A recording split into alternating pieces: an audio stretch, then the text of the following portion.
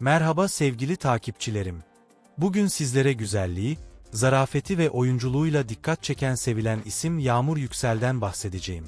Paylaşımlarıyla sosyal medyada büyük ilgi gören Yağmur Yüksel'in son gönderisini gördünüz mü? Detaylar videomuzda sizleri bekliyor.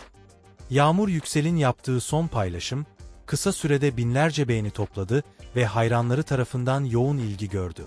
Peki sizce paylaşımları nasıldı? Düşüncelerinizi yorumlara yazmayı, videomuzu beğenmeyi ve kanala abone olmayı unutmayın. İyi seyirler.